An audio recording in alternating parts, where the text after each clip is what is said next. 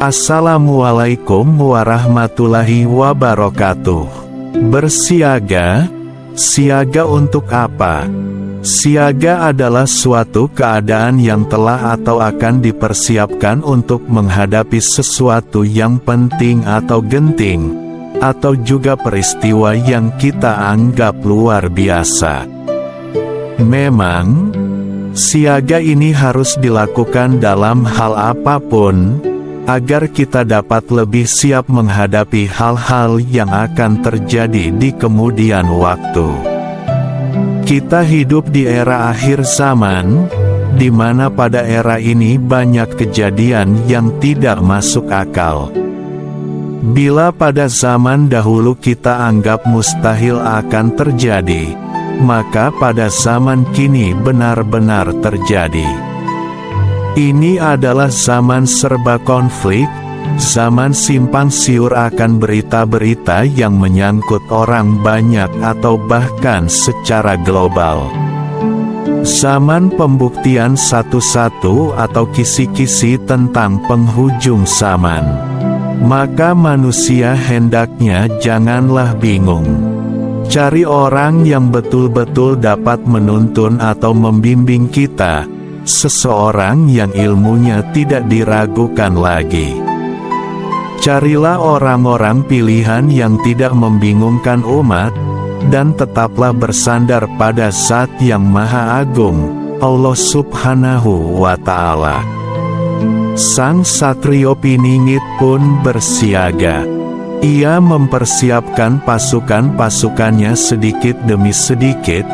Kekuatan pasukan semakin bertambah, dan saling melengkapi. Para sahabat juga adalah bagian dari pasukannya. Apakah ini terdengar seperti hendak perang? Karena Satrio Piningit adalah sosok panglima perang yang tengah bersiaga dan mempersiapkan pasukannya. Mereka saling melengkapi. Berperang banyak wujudnya, perang fisik, perang gaib, ataupun perang kebatinan. Yang sering dialami oleh Sang Satrio Piningit adalah perang gaib. Lalu, untuk apa Sang Satrio Piningit bersiaga? Ia bersiaga untuk banyak hal. Salah satunya adalah untuk menghadapi hura-hura yang mungkin akan terjadi. Pasukan dari Sang Satrio Piningit ini kebanyakan tidak kasat mata atau tidak terlihat. Kekuatan pasukan ini tidak dapat diprediksi oleh manusia biasa. Sang Satrio Piningit bersiaga untuk yang gaib dan nyata. Maka, tidak terbayangkan bagaimana ia menjalani kehidupannya sehari-hari. Tiada hari tanpa memikirkan tanah airnya, orang-orangnya, bahkan alam sekitarnya pun selalu ia pikirkan. Memang tidaklah mudah menjadi seorang Satrio Piningit. Maka bersiagalah mulai hari ini. Mata harus jeli, telinga harus dipasang agar selalu mendengar berita yang paling update atau paling baru, agar kita melek akan peristiwa-peristiwa yang tengah terjadi. Telinga dipasang di sini dalam arti digunakan untuk mendengar info penting. Kekuatan pasukan Satrio Piningit semakin bertambah seiring dengan bertambahnya sahabat dari berbagai penjuru. Proses bertambahnya sahabat tentu bukan kebetulan semata.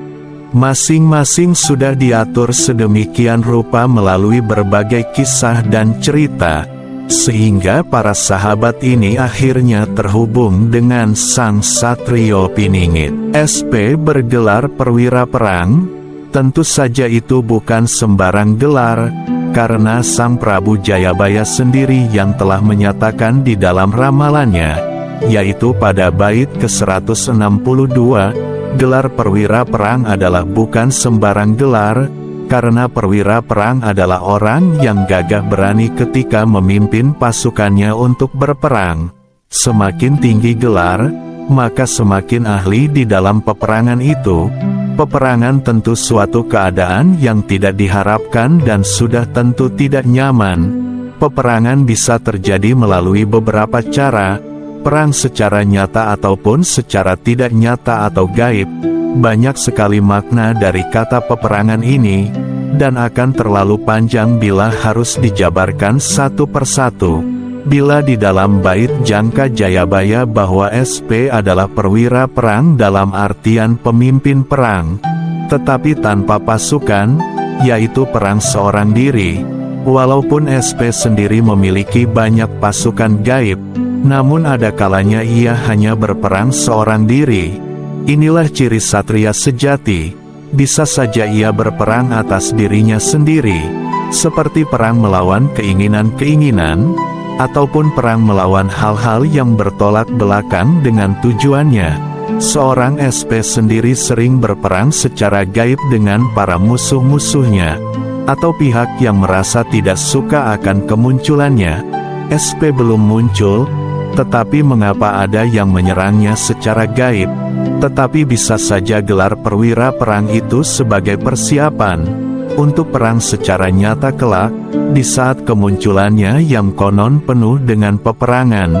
Wallahualam, jadi peperangan itu meliputi peperangan diri sendiri, peperangan diri pribadi, dengan keinginan-keinginan, peperangan gaib, dan peperangan nyata kelak ketika kemunculannya yang penuh goro-goro. Adakah kaitannya pusaka yang dimiliki SP dengan peperangan-peperangan ini? Hanya waktu yang akan menjawab, dan bila kita beruntung, maka kita akan diberitahu jawabannya itu kelak. Semoga saja, bagaimana jawaban sebenarnya, hanya Allah sang pemilik semesta yang mengetahui.